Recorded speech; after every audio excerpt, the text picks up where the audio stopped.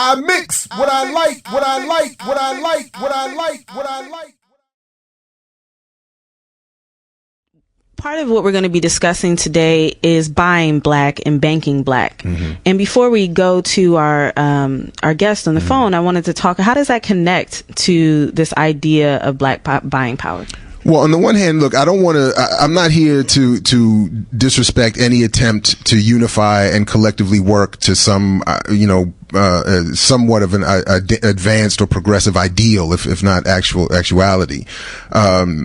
So I wouldn't say don't move money. Killer Mike had this, $800,000 now have been deposited in a black owned bank in Atlanta, I believe, or something, So on the one hand, okay, great. But on the other hand, I don't want to also reaffirm the myths of capitalism, which suggests that again, investment and spending and savings is a way to economic equality. That's just not how capitalism is designed to work.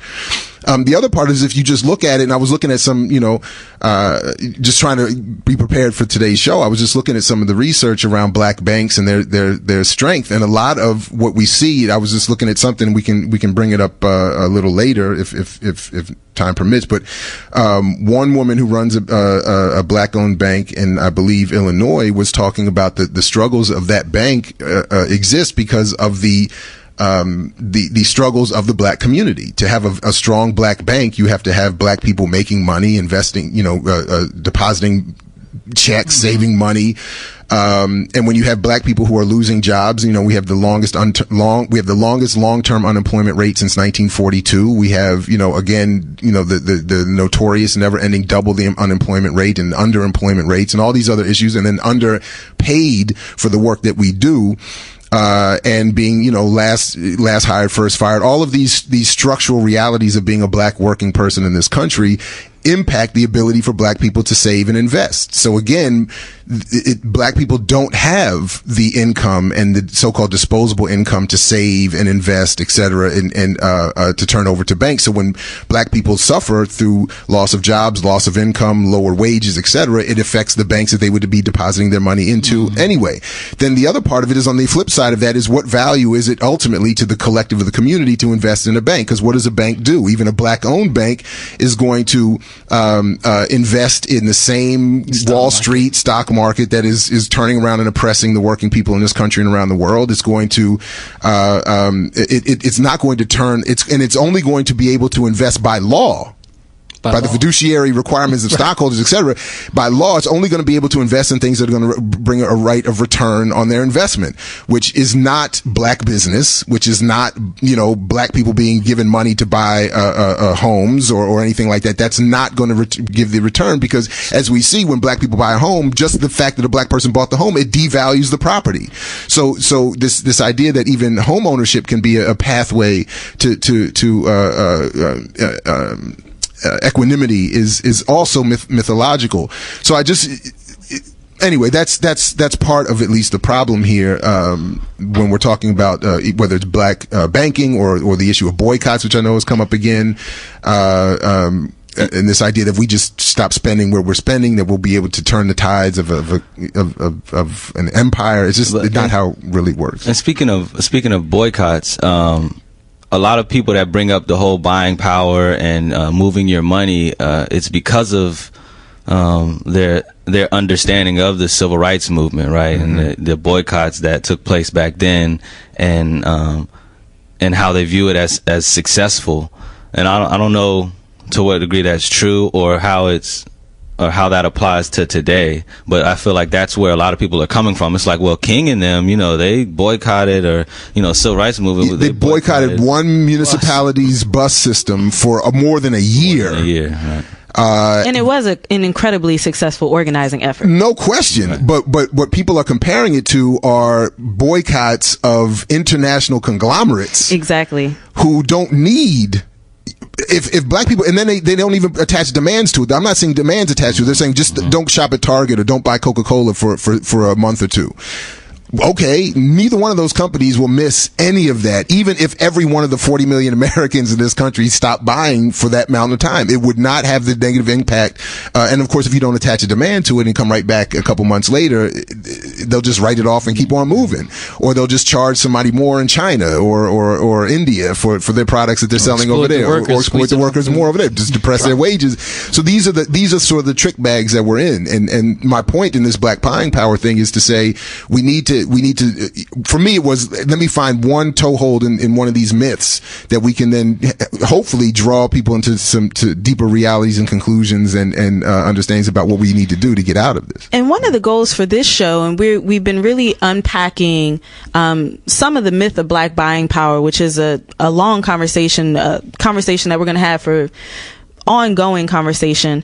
But with Voices with Vision, this is a show about revolutionary action. And so we do want to point to not just what economic power isn't, but what economic power is. And so one of the things that folks have been lifting up is the idea of banking black. And so we're going to speak with B. Doyle Mitchell Jr., who is the president and CEO of Industrial Bank.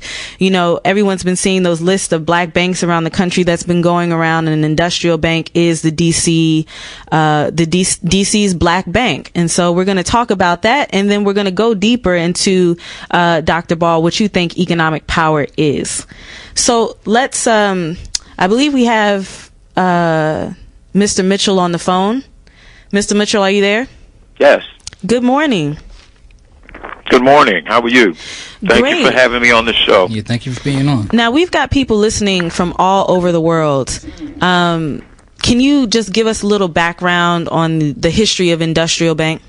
Sure. The Industrial Bank was founded by my grandfather and 8 other businessmen in 1934 at the height of the Great Depression at 11th and U Street, Shaw neighborhood in Northwest Washington, D.C. There was a thriving black entertainment, business, and residential community, and there was no bank there. There was a bank, but it closed during the banking holiday, and he saw a need for there to be one to help finance homes and, you know, some cars and businesses. And they raised some capital and got resounding support, and they opened in August of 1934. Grew slow and steadily and profitably until my father took over in the 50s. He ran the bank until he passed away in 1993. At that time, the bank was roughly $150 million in total assets, profitable, very sound, good capital, and I took over at that time at the ripe age of 30. I turned 31 a couple of weeks later, and since then we've expanded to 8 branches, 2 in Prince George's County, Maryland, and we are still profitable. We did not lose any money during the recession.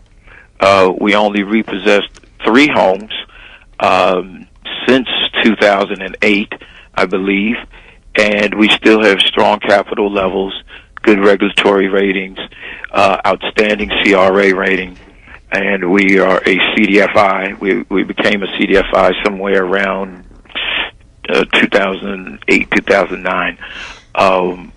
It's a community development financial institution, and we're still going strong today. Now, what we've been discussing is black economics, specifically in black economics in this political moment where we're seeing increasing state violence and repression in black communities. And there's been many calls for people to buy black and bank black. I saw a post on Instagram with the hashtag Black Transfer Challenge, where they're calling for folks to go to Industrial Bank all on the same day, July 23rd at 9 a.m., this group HBCU Wall Street, to open accounts with Industrial. Have you seen an increase in new accounts as a result of this? Yes, we have. The activity has been phenomenal. It's been exponentially greater than what we normally see on any given day or any given week. We're actually still counting the number of accounts. It's happening so fast and so much, which is a wonderful thing. We're trying to keep up with processing all this activity. So we have seen a lot of activity. We are totally grateful for it. That being said, let me just say this. This is what African Americans should be doing anyway. And there have been a number of efforts over the years that have called for African Americans to, for blacks to support black businesses and support black banks. And we need to do it anyway. And if the shooting stops tomorrow, we need to keep this going. And here's the reason why. We have tremendous spending power, but it does us no good because we spend it outside of our community. The average time that a black dollar stays in the black community is 6 hours. So you get paid on Friday at 5, and all of our money essentially is out of our community by Friday at 11. Once we hit the club, it's gone. So can I, Mr. Mitchell, if I can chime in, and this is Netfa Freeman. So, given that, so you said this is the reason, what you're outlining is the reason why we should continue to buy black and have our investments in black banks. And you said this would, I guess the implication is they will benefit us as a community. And so let's get to that direct benefit, because, if we look at the class disparities, I mean, I know a lot of people, they don't even have bank accounts, and not because they're being irresponsible, they just don't have the money for it. And so in what ways, I mean, more directly, are there interest-free loans that we could have, or is there grants that the banks and the businesses could make to projects that would have a long-term impact on the most affected, the most poverty-stricken people who really don't have anything to give into banks or anything like that, but that's really the crux of our oppression? It's a good question. Let me explain. Maggie Anderson wrote a book in 2009 called Our Black Year. I suggest everybody get a copy of it. Every black person ought to have it in America, because what she and her husband did is say, I'm just buying black for an entire year, and they were amazingly successful. It was very difficult, and it required a lot of sacrifice. Sometimes he had to drive farther, sometimes he had to pay a little more, but they did it. It's my black on black business Bible. So everybody should get that. Maggie Anderson, Our Black Year. She wrote this in 2009. In that book, they had Kellogg Business School that reduced to statistics a lot of data that we as African Americans and around this conversation need to be having all the time. So Kellogg Business School determined that we only spend 3% of our income with black businesses. And then what they determined is what happens if we go from 3 to 10. Maggie's quote is 3 to 10, what's your spend? If we only go to 10%, we create 1 million black jobs overnight. Now let that just resonate. I really want to know how that does that. How does that translate? Well, we're going to unpack this in a second. We do have to go to a quick break, and we'll be right back with Mr. B. Doyle Mitchell Jr. from Industrial Bank and Dr. Jared Ball from iMWiL What I Like. Now, we've got a lot of ideas converging, and so we're really going to have to unpack this in the second half of the show. We'll be right back. You're listening to Voices with Vision. You're listening to Voices with Vision. My name is Netfa Freeman, and we're in the studio with Dr. Jared Ball of iMWiL What I Like, and we're speaking. We have on the line Mr. Doyle Mitchell Jr. He's the president and CEO of Industrial Bank. Yes, B. Doyle Mitchell Jr. B. Doyle Mitchell Jr. And so you were before we went to break, you were explaining the fact that if we raised our spending power by up to $10 10%, then they would increase the number of jobs in the community. 1 million jobs. I get 1 million jobs. And I was actually, the question was how, if you could lay out maybe how that would do that. Well, basically, if we spend more money with black businesses would grow. And when they grow, they would have to hire more people. And the tendency among minorities is to hire people that look like you. And so, if Industrial Bank was twice its size, and we wouldn't necessarily double our workforce, but out of the people that we did hire, I'm sure a vast majority of those would be African American. So, but again, for me, the question, it goes back to this, what I'm calling the myth of black buying power, that one, there isn't this amount of money that I think is often attached as $1 trillion. It doesn't exist in the way that I think people think that it exists when they hear we have $1 trillion. There isn't a pot of $1 trillion that we just choose to spend foolishly. We buy what is available to us, and then of course, these numbers are themselves questionable. So, I mean, this notion of adjusting 10%, one, the question is, it's hard particularly for working black people, to find black-owned businesses that will satisfy their consumer needs, especially for regular day-to-day necessities. And can I jump in? I'm sorry to interrupt you, but Please. I have to jump in. Okay. The trillion, 1.2, 1.3, the trillion is our GDP. It's our income. That's incorrect. That's incorrect. That's not how those numbers are created. So for the purpose of this conversation, what do African Americans not have a lot of income?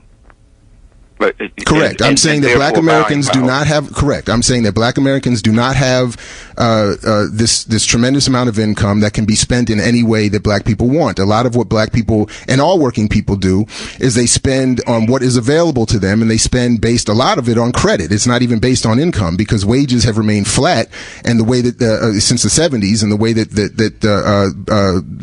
corporate capitalist world has adjusted for that is to offer more loans through credit card debt. So that's why you have the average black household has about $7,000 in credit card debt, which puts them just about the credit card debt is about $4,000 less than what the median net household worth of a black family is, which is, I think, just about $11,000. So there is not this pot of money that's being spent that would generate this kind of buying power. There's a lot of money that goes through the other our part hands. of it. That's the point. No, but the other part of that, this point you're raising about going through the hands, is that there aren't the amount of black businesses that can accommodate black consumer needs. Number one, and then the other part of it is that there's no. I think the historical research says much to the opposite. Much like the research that Earl Ofari Hutchinson did back in the '60s, since the '60s, showing that there is no correlation between an increase in black business and black even banks and the collective uplift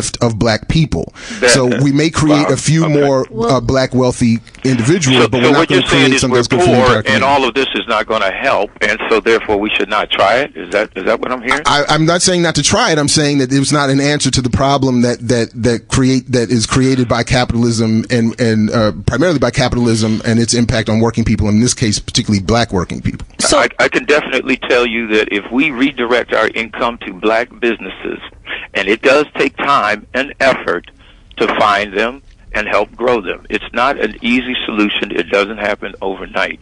But they are out there, and the more efforts we use to support them, find them, support them, and help them to grow will make a difference in our community.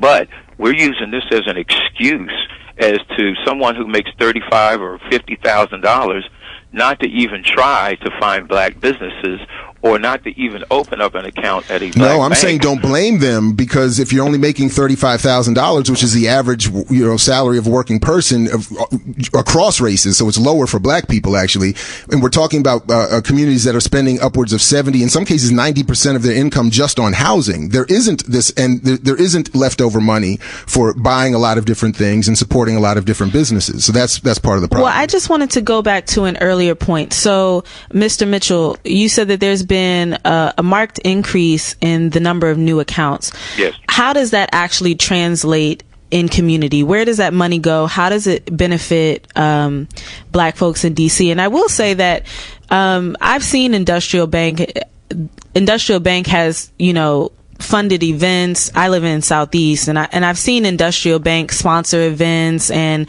I've seen Industrial Bank at home buyers fairs for targeted at African American populations east of the river. So I know you guys are doing work, but how does it actually translate to, and I think what Dr. Ball is pointing to, not just individual wealth, but community wealth? Yes, but I just have to say, I think it's a ridiculous notion that we do not have some money, each and every person almost, that we can redirect to black businesses, and the power of that nationally can be tremendous. However we determine income and so forth, it can be tremendous. Now, how does it help the community and individuals as far as Industrial Bank is concerned? I have to tell you about what we do. And we do a whole bunch of things, some of them you already mentioned, to help our communities. And obviously, if we are larger, we can do a whole lot more. And pound for pound, African American banks do a whole lot more for African Americans in terms of housing, pound for pound, than any banks in the country. If you want to see FDIC study on minority banks, it's right in there. But we are a CDFI, Community Development Financial Institution, which means 60% of our total assets must be reinvested in low and moderate income areas. Now, we're certified by the U.S. Treasury Department. There's applications we have to fill out to be certified and recertified. So, and Industrial Bank is not much different than other black banks around the country. So I can kind of speak for all minority banks, but in particular African American banks. So as we speak now, we are continually making loans in low and moderate income census tracts. Pound for pound, we make loans to low and moderate income individuals, and we invest in the community. We support nonprofits to provide services in the community that are badly needed. We go out and we spend community hours on a number of things. We do financial literacy in our community, the African American community. We log over 1,000 hours in community service and financial literacy training in our community. What we do on a day-to-day basis is when someone comes in the bank and opens up an account or they apply for a loan, many times we have to walk them through the process. We're going to explain things to them that they may not readily understand. A lot of our customers are very sophisticated. They understand that. They don't need that service. But sometimes a widow may need that service. And we're going to spend the time and we're going to hold their hands on through the process. Why? Because we really care. We care about our customers, and we outcare any bank in town, I can guarantee it. And when we, on the loan side, we want to make loans. And so we are always spending time trying to figure out, is there another way we can structure this loan? We can structure this deal. Okay, they have a 580 credit score. Is there a good story behind this? Are they telling me the story? Do I think they're honest about them telling me the story? And then can I run credit reports and do my own analysis to in some way, shape, or form verify that story? That doesn't mean every time we can make that loan, but we do try hard and we do make exceptions in many cases. And while people think we're conservative, we have done a lot of loans that other banks will not do because we care. And you can't get that from just any institution around. So as we get larger, and right now we've made loans to the point where we need deposits because the market has been so good. We've been making so many loans in our community. We need deposits to help fund them. And so these deposits are going to go right back into our loan portfolio. It's going to go right back into us doing what we do as a CDFI. It's going to go right back into our commitment to provide community support and financial literacy every day. And I can guarantee it's going to go to good value right in our community. And so we're talking with Mr. B. Doyle Mitchell Jr., President and CEO of Industrial Bank, the black bank in D.C., been around for a very long time. thank you so much for joining us this morning on Voices with Vision. You know, we would need a lot of time to fully unpack all of the ideas that came up during this show, but we appreciate you for coming on and starting the conversation. Very much, and I apologize if I seem a little overly passionate about this issue. No, you're fine. Yeah, but I grew up doing this, and to be truthful, while I grew up doing this, until I really saw the sacrifice that the Anderson family put into supporting black businesses, and you can go to the empowermentexperiment.com, and she has a list of some black businesses on her website. She's working on a Maggie's list, so that you can go there and find out where all these black businesses are. The U.S. Black Chamber has an app, U.S. Black Chambers Inc., which is a collection of black chambers around the country run by Ron Busby. They have an app that can show you where certain black businesses are. It's going to take a lot of effort on our part to find and support black businesses. But I think if people were willing to die walking over a bridge and get beaten so that we could be at this point, I think we should be willing to make the sacrifice and drive a little longer, pay a little bit more, right, and be patient. And like we said, we're not telling people not to do it. In fact, I think if we really get behind it wholeheartedly, we'll see. Time will tell. What is the solution? That would be my point. To full-heartedly support this and other endeavors, and then I would encourage your guest to take me up on my offer to build with him after this show, because this notion of buying power is totally misunderstood and it doesn't exist. And I think so many things came up, and we would need like 15 shows to really unpack this, but we got some of the I think what really came up was a lot of the class dimensions, as you mentioned during the break, Dr. Ball, about black economics, some of the class dimensions of black economics. There was that often quoted stat about how long the black dollar circulates in the black community. Right. I mean, there's so much that needs to be unpacked. Well, look, I encourage people to check out what I've done at imakeswhatilike.org. I really want people to check out the research. I am convinced that through the research that I'm correct, and that, as we heard from your other guests, that there's a great degree of misunderstanding from even those who claim to work in this field about what buying power is, how it's generated, how these numbers are developed. And this is not to disrespect him or anyone else, but it's just to make the point that we don't know how these numbers are generated. But I think that it is important. So what does economic power look like? What does black economic power look like?